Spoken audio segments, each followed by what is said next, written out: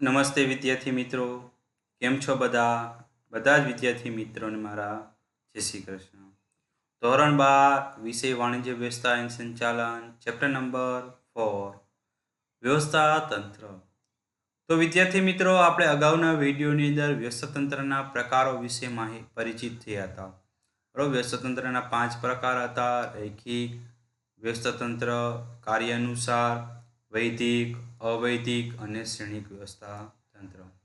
હવે આજે આપણે આ વિડીયોની અંદર બરોબર વધારે માહિતી મેળવતા આપણે આજે વિકેન્દ્રીકરણ વિશે પરિચિત થવાનું છે. વિકેન્દ્રીકરણ, તો કે વિકેન્દ્રીકરણ એટલે શું? બરોબર, આપણી પાસે બે એવા શબ્દો હોય છે, એક તો હોય કેન્દ્રીકરણ અને વિકેન્દ્રીકરણ. એમાંથી આપણે વિકેન્દ્રીકરણ વિશે પરિચિત થશે. તો ચાલો વિકેન્દ્રીકરણ વિશે આપણે માહિતી મેળવીએ. તો વ્યવસ્થા તંત્રનો અભ્યાસ કરવાથી નીચેની બે બાબતો સ્પષ્ટ થાય છે. બરાબર, પહેલી બાબત છે, કેટલાક ધંધાકીય એકમો એવા હોય છે કે જેમાં માત્ર ઉચ્ચ સપાટીએ જ સત્તા કેન્દ્રિત થયેલી હોય છે અને ઉચ્ચ સપાટી દ્વારા જ મોટા ભાગના નિર્ણયો લેવામાં આવે છે. અને બીજી બાબત કઈ છે? કેટલાક ધંધાકીય એકમમાં દરેક સપાટીએ કામ કરતા કર્મચારીઓને અમુક નિર્ણયો લેવાની સત્તા આપવામાં આવે છે. તેઓ તેના કાર્યના સંદર્ભે યોગ્ય નિર્ણય લેવા માટે સ્વતંત્ર હોય છે.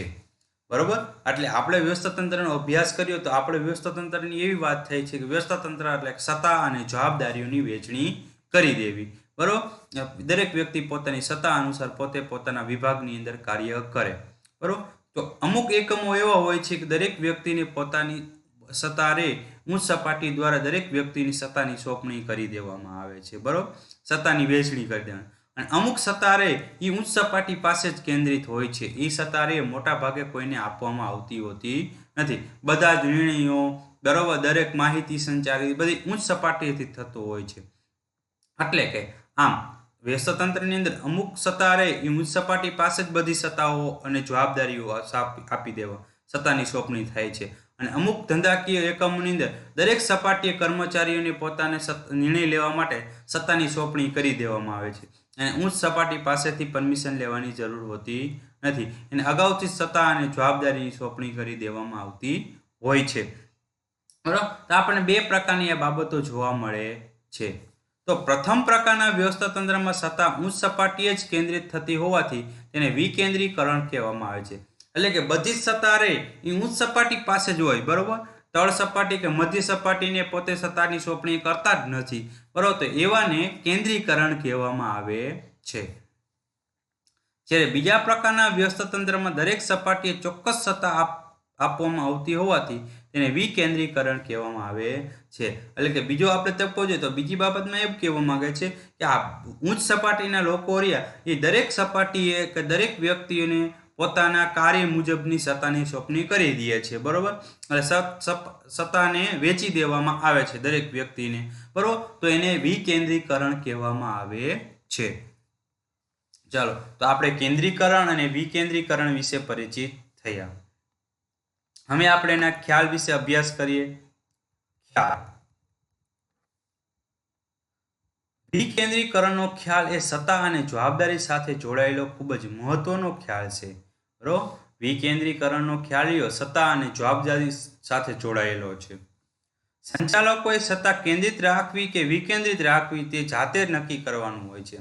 બરોબર, સંચાલકોએ સત્તા એની પાસે રાખવી કે દરેક વ્યક્તિઓને વેચી દેવી એ એને પોતે નક્કી કરવાનું હોય છે. એકમના સંદર્ભમાં નક્કી કરતી વખતે નાનું કદ ધરાવતા એકમો માટે કેન્દ્રિત સત્તાઓનો ખ્યાલ અને મોટા કદના એકમો માટે વિકેન્દ્રિત સત્તાનો ખ્યાલ સફળતા આપી શકે છે. એટલે કે તમારું ધંધાકીય એકમ નાનું હોય, એકમ તમારું નાનું હોય, ધંધો નાનો હોય છે, બરોબર, એમાં કેન્દ્રીકરણ અપનાવે. જો તમારો ધંધો મોટો હોય, ધંધાનું એકમ મોટું હોય, કદ મોટું હોય, તો એમાં વિકેન્દ્રીકરણ અપનાવવું ખૂબ જ સફળદાયક છે. ચાલો આપણે અર્થ જોઈએ.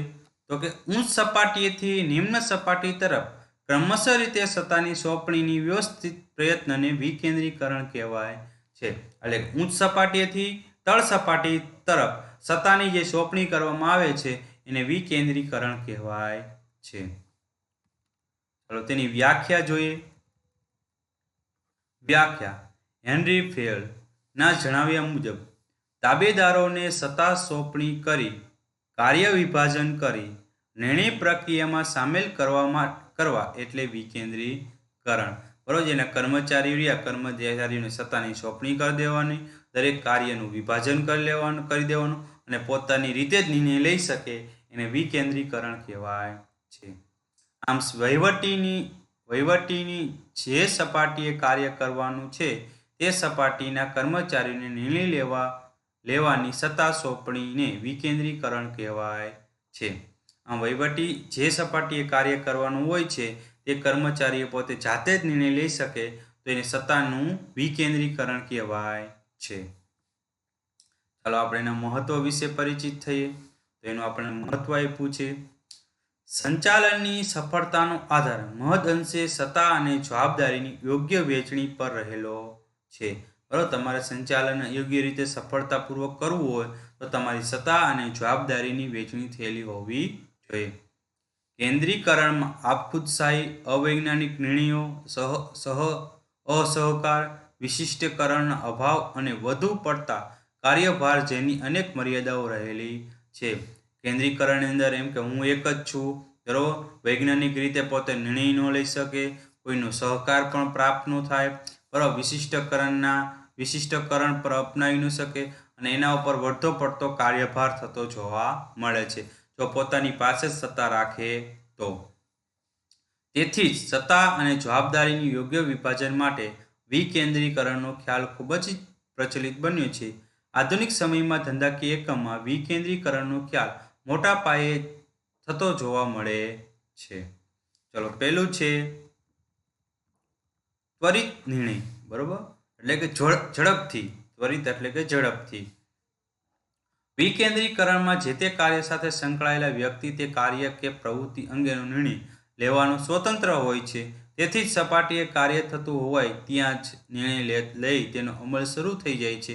તેથી નિર્ણય ત્વરિત અને અસરકારક રીતે લેવાય છે. વિકેન્દ્રીકરણની અંદર દરેક વ્યક્તિને સત્તા અને જવાબદારીની સોંપણી થઈ ગઈ હોય છે. તેથી પોતાના વિભાગ માટે, પોતાના એકમ માટે પોતાને નિર્ણય લેવાનો હોય છે. એટલે ઝડપથી પોતે નિર્ણય લઈ અને ઝડપથી એનો અમલ કરી શકે છે.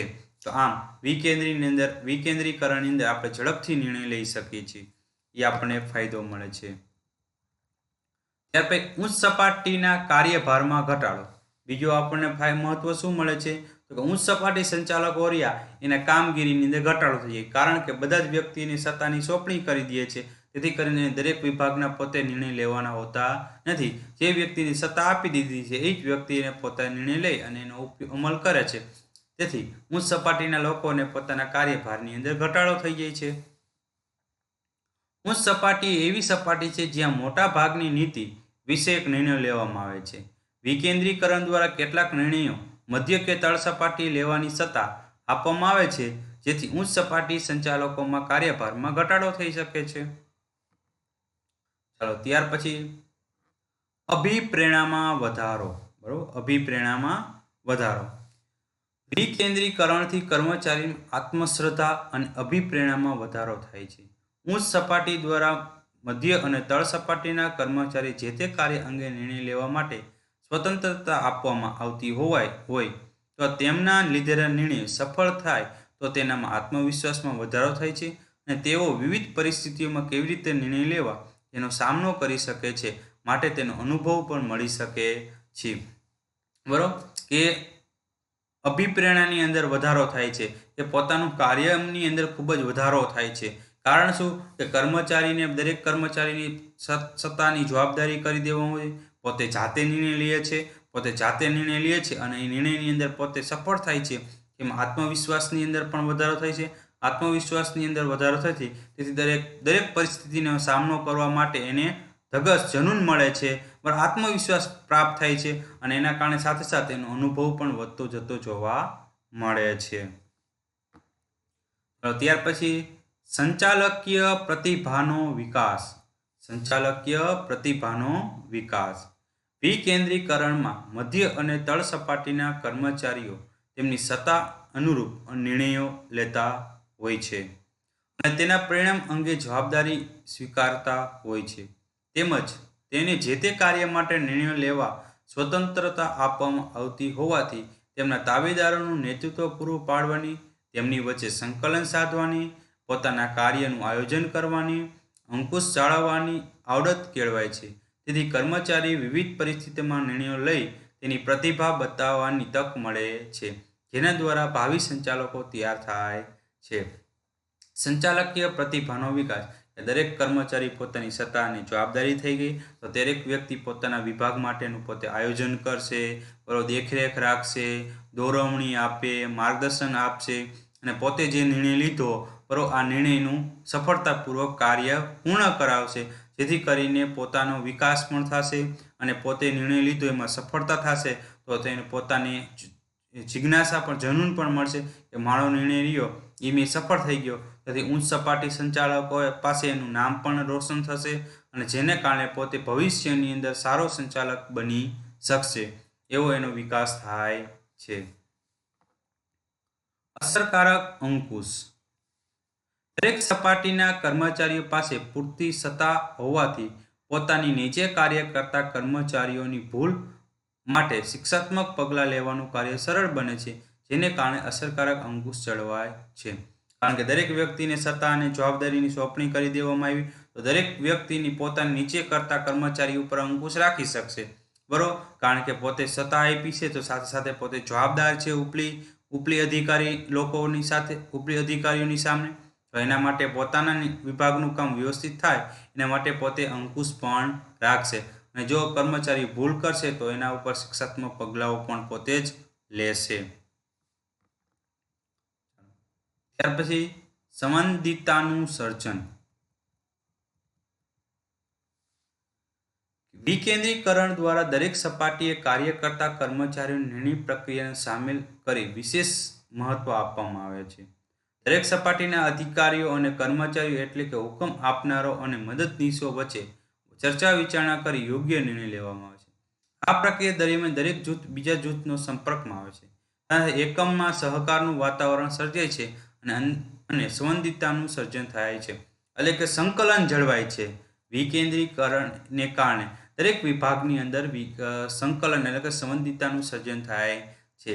કારણ કે દરેક વ્યક્તિને પોતે નિર્ણય લેવા માટે સ્વતંત્ર હોય છે, એટલે દરેક એકબીજા વ્યક્તિ પાસેથી પોતે ચર્ચા વિચારણા કરે છે, બરોબર. મદદનીશો હોય અથવા તો બરોબર નિષ્ણાંત વ્યક્તિ હોય એની પાસે સાથે ચર્ચા વિચારણા કરી અને યોગ્ય નિર્ણય લેશે, જેથી કરીને એક બે જૂથ પોતે સામે આવશે, વાતચીત કરશે. એના કારણે એકમનું અંદર શાંતિનું વાતાવરણ અને સંકલન જળવાઈ રહે છે, જેથી કરીને દરેક વ્યક્તિ હળીમળીને કામ કરે છે. ચાલો, વિકેન્દ્રીકરણની આપણને મર્યાદા આપી છે. ચાલો મર્યાદા વિશે અભ્યાસ કરીએ. જ્યાં ખૂબ જ નાના પાયા પર વ્યવસ્થા તંત્રની રચના કરવાની હોય તેમજ ધંધાના રહસ્યોની જાળવણી ખૂબ જ ચુસ્ત રીતે રાખવી જરૂરી હોય તેવા સંજોગોમાં વિકેન્દ્રીકરણ અપનાવી શકાય નહીં. જ્યાં રહસ્યોની જાળવણી કરવું હોય અને નાના પાયાનું વ્યવસ્થા તંત્રની રચના હોય અહીંયા આપણે આ વિકેન્દ્રીકરણ અપનાવી શકતા નથી. કેટલી વાર સમાન નીતિના અમલના અભાવ અને સંકલનના અભાવને કારણે વિકેન્દ્રીકરણ સફળ થતું નથી. આ એની એક મેઇન મર્યાદા છે, મુખ્ય મર્યાદા છે.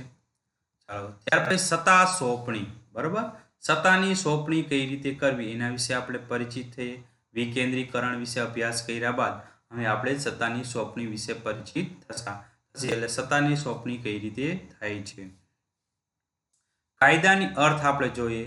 કાયદાની દ્રષ્ટિએ સત્તા એટલે કાયદેસર રીતે પગલાં લેવાનો અધિકાર, બરોબર. સત્તા એટલે શું? કાયદેસર રીતે તમે પગલાં લઈ શકો, બરોબર, એ જે સત્તા આપી હોય તો. પરંતુ ધંધાકીય એકમમાં સંચાલનની દ્રષ્ટિએ જોઈએ તો સત્તા એટલે હુકમો આપવાનો અને તેનો અમલ થાય તે જોવાનો અધિકાર. પણ સંચાલકોની દ્રષ્ટિએ શું? તો કે તમે કોઈ બીજા વ્યક્તિને, તમારા નીચલા અધિકારીઓને વ્યક્તિઓને તમે હુકમો આપી શકો અને એની પાસે અમલ કરાવી શકો, એને સત્તા કહેવાય છે. જેમ એકમનું કદ વિસ્તરતું જાય તેમ ઉચ્ચ સંચાલકો કેટલાક કાર્ય અંગેની સત્તા અને તેના અમલ થાય છે કે નહીં તે જોવાનો અધિકાર તેના મદદનીશોને સોંપે છે. મદદનીશો પોતાને સોંપવામાં આવેલા આ કાર્ય અસરકારક રીતે પાર પાડી શકે તે માટે તેમને કાર્ય કરવા માટે અને તેનો અમલ થાય તે જોવા માટે સત્તા આપવી પડે છે, જેને સત્તા સોંપણી કહે છે. આમ સામાન્ય અર્થમાં કહીએ તો સત્તા સોંપણી એટલે કાર્યની બીજાને સોંપણી કરવી અને તે કાર્ય માટે તેની સત્તા આપવી. બરોબર, સત્તા સોંપણી એટલે શું? કાર્યને બીજા વ્યક્તિને સોંપી દેવાનું. જે મારે કાર્ય કરવાનું છે એ બીજા વ્યક્તિને સોંપી દઉં અને કાર્ય વ્યવસ્થિત થાય, બરોબર, અસરકારક રીતે હું કરાવી શકું એના માટે એને સત્તા આપી દેવાની, એટલે એને સત્તાની સોંપણી કહેવાય છે. વ્યાખ્યા આપી છે.